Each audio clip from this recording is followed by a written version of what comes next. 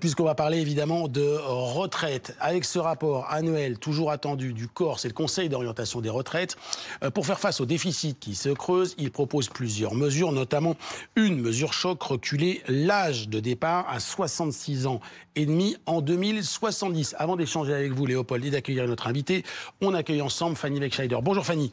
Quels sont les principaux enseignements de ce rapport du COR ? Alors, sans surprise, eh bien, il va falloir faire attention à ce déficit qui se creuse depuis 2024, déficit du régime des retraites. Il était excédentaire en 2021 jusqu'à 2023. Ce n'est plus le cas depuis l'année dernière. Les dépenses ont été l'année dernière de 407 milliards d'euros sur ces retraites et le solde du régime de 1,7 milliard d'euros. Regardez les prévisions maintenant du COR concernant donc les futures décennies, ça va donc s'aggraver.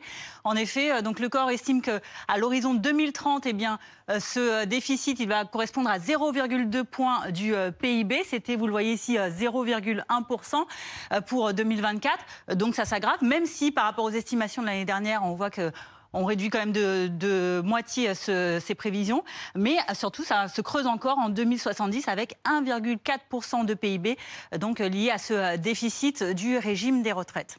Fanny, quelles sont les pistes proposées par le COR pour rééquilibrer ce système des retraites ? Alors là, ça ne va pas faire plaisir aux syndicats qui sont en train de plancher en ce moment dans ce conclave, mais la hausse de l'âge de départ à la retraite serait la seule des 4 hypothèses jugées expansives, c'est-à-dire donc qui enrichirait le pays, qui serait positive donc pour l'économie, augmentation du PIB, augmentation de l'emploi et donc ensuite augmentation des recettes fiscales et sociales de l'État. Regardez, en 2030, cela reviendrait à partir à la retraite à 60 ans et 4 mois à peu près, en 2045 à 65 ans et environ 11 mois, et en 2070, donc à 66 ans et demi. On rappelle qu'à l'heure actuelle, eh bien, le système des retraites prévoit donc un départ en fonction de sa date de naissance. Si vous êtes né après 1968, eh bien, vous devez partir, sauf exception, à 64 ans à la retraite.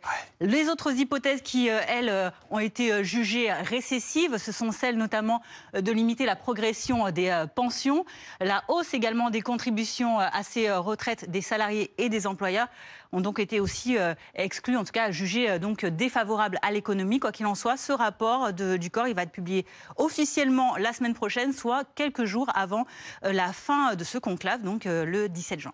Merci beaucoup Fanny. Bonjour Bruno Gasparini, merci d'être avec nous.